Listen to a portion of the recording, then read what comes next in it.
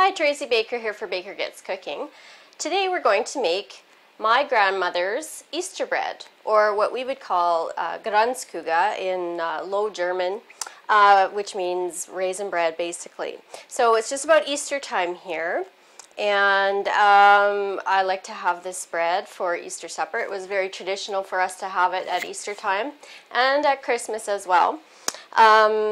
So we're going to go ahead and make the bread today. So the first thing we need to start out with is proofing our yeast. And proofing means that we are going to grow the yeast. So I keep my yeast, my granulated yeast, in the freezer.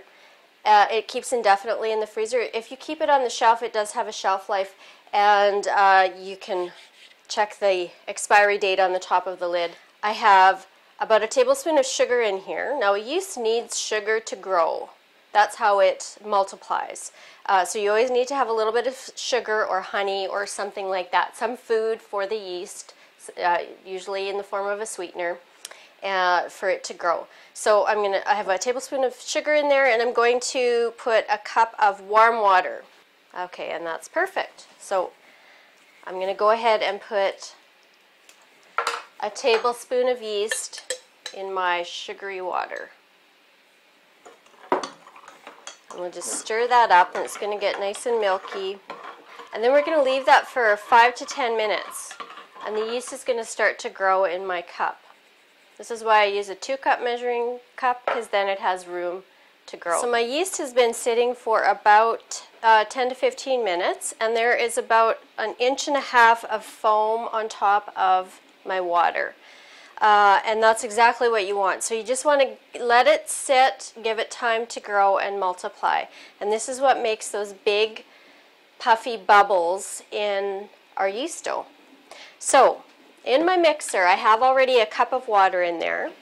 I'm going to put a 1/4 cup of canola oil, or you could use melted butter if you prefer. I'm going to put 2 eggs.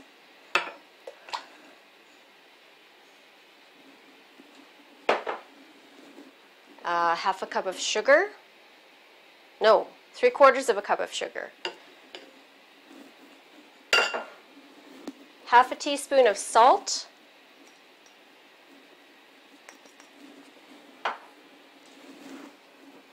And my yeast.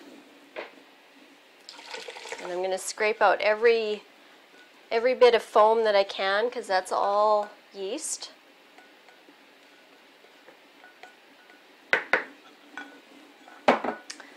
And in this bowl I have 4 cups of flour. Now the recipe calls for 5 cups of flour, and I'm going to just do a little bit less flour, because what's interesting about yeast dough is that the amount of flour that you add depends on the humidity in the air that you have that day. So I'm going to put 4 cups of flour into my mixer.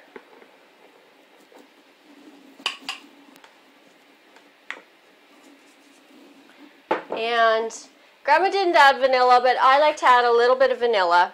Just kind of makes it have a nice kind of under flavor. And I'm just going to mix that up. So my dough is sticky, and I'm going to add a little bit more flour, about a 1/4 cup at a time, until it's not dry, but just a little bit tacky, so a little bit sticky to the touch. One of the big errors that novice bakers make is that they add too much flour to their yeast dough. It's better to err on the side of too little flour rather than too much. So I'm just going to go ahead with the machine running and add about a 1/4 cup at a time until I'm happy with the texture.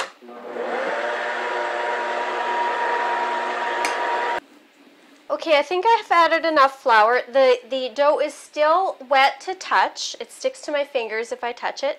It looks lumpy at this point.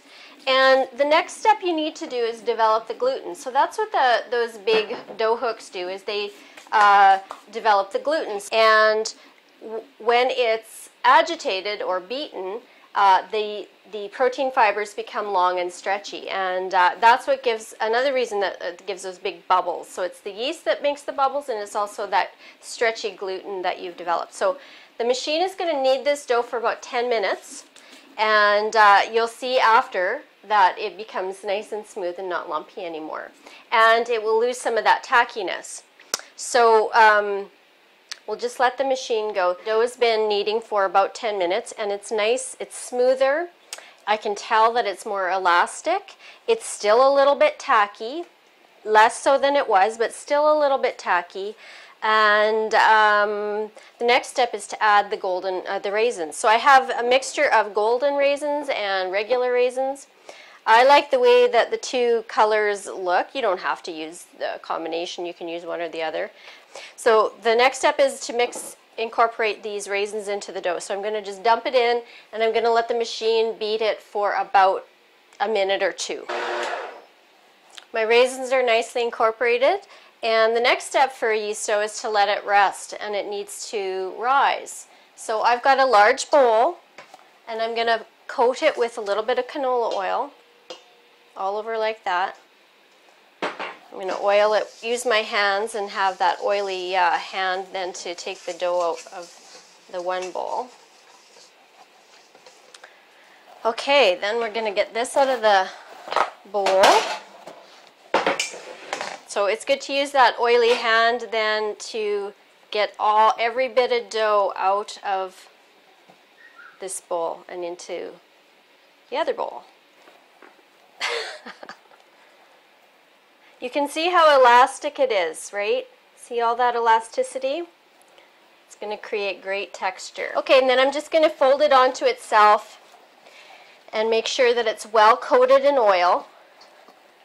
Flip it over so that the top surface is all coated in oil. And then, wash my hands. It needs a nice warm place to rise. And I like to put mine in my oven, which is not on. So your oven is turned off, and I've turned on the light. So just the heat of the light is enough to give it just a nice warm environment for it to double. So it's going to take about an hour, and it will puff up, and we'll be back in an hour, and I'll show you what the next step is. I forgot to say, let me just add that you need to cover it with, I use the tea towel, a clean tea towel. So that just helps to keep all the nice warm air inside as well. So this is going to go into my oven that's not on, and the oven light is on. My dough has been rising in the oven for about an hour, and it's basically doubled in volume. And the next step is to punch it down. So what I want to do is, using my fists, I want to deflate all the air that's accumulated in the dough. So you're just going to go ahead, and you can see how it deflates. And I'm just going to keep pulling it onto itself and punching it down until all the air is gone out of the dough. Flip it over and make sure that top is nicely oiled. We've still got oil in our bowl. And then I'm going to cover it with my clean tea towel, and that goes back into the cold oven with just the light on for one more hour till it's doubled in size again. The dough's been rising for about an hour, and it's lovely and puffy and light and full of air. And now it's time to form it into our loaves and let it rise one more time. So I'm going to show you how my family does Easter bread. So I'm going to take about, like a fist-sized ball of dough, and I'm going to put a little bit of oil on my bench and on my hand. So instead of using flour, at this point, you should use oil. And the oil prevents it from sticking. So I'm going to form each fist-size lump of dough into, like a 12 to 18 inch rope. And I'm going to do that 3 times. Hopefully you can see this well enough. I'll put some pictures on the blog so you can see what I'm doing. Okay, so I'm going to join them all at one end, the end furthest away from me, and I'm just going to kind of squish them together. And then I'm going to braid them. So just how you would hair, I start with the outside one and I put it into the center one, and then move that one to the outside, and so on. And it is exactly how you would braid hair.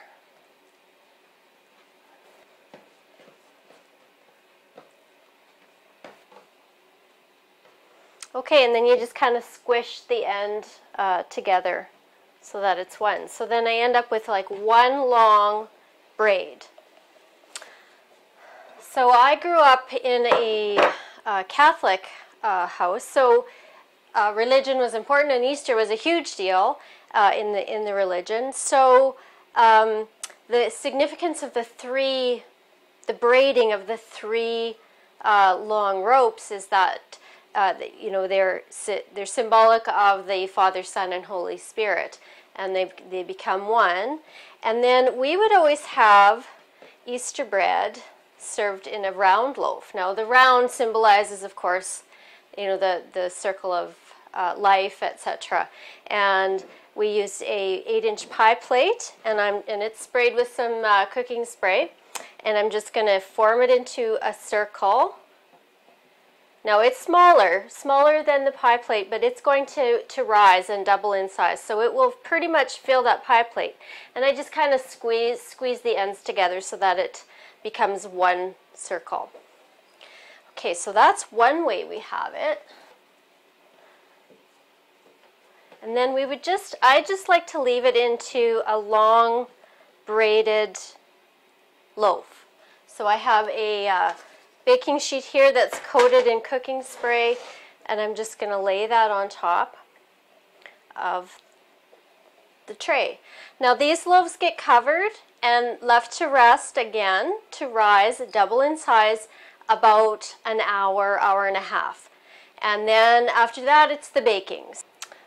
Here are my beautiful loaves who've been rising for about an hour, a little over an hour actually, because I was out shopping and I got delayed. So Easter was awesome because of that reason, so that, you know, it's not a rigid time here. When I say let them rise for an hour, they could rise for an hour and a half or even up to 2 hours. So the yeast has a tremendous capacity to keep dividing and growing, and so you can do that, and it's more flexible. I'm going to put these into a 350-degree oven for about 30 minutes until they are nice and brown, and then we'll see what they look like when they come out. My Easter bread is piping hot out of the oven. It's nice and brown, and I'm just going to put it onto a cooling rack. Like so. This is way too hot to eat just yet, so and I want to save it for Easter. So Easter is next week, and I'm going to let this cool to room temperature, and then I'm going to put it in a plastic bag, and I'm going to put it in my freezer. It freezes beautifully. Next week, when it's Easter, I'm going to bring it out from the freezer, leave it in the plastic bag, and leave it at room temperature overnight, and by the next day it'll be perfect. Now the last step, and what my grandmother did, is she glazed the top of the loaves with a little bit of butter. We didn't have a sweet icing on this Easter bread. We just had it with a little bit of butter. So it was more savory, and the sweetness really came from the raisins. And we would often have this make sandwiches with it with the leftover Easter ham. So we just, with a paper towel, just brush a little bit of the butter right over the top of the loaves. And that butter just makes them nice and glossy, and they look lovely. And a little bit on this, and it kind of darkens up the top, and it soaks right in, so it adds a little bit of a flavor dimension too.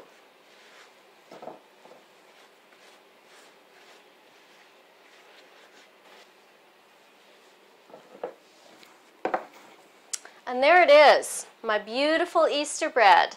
I hope your family likes this as much as mine does. You can find the recipe on my blog. There'll be some other tips and fun facts about working with yeast and yeast dough. And I'll see you again next time. Bye.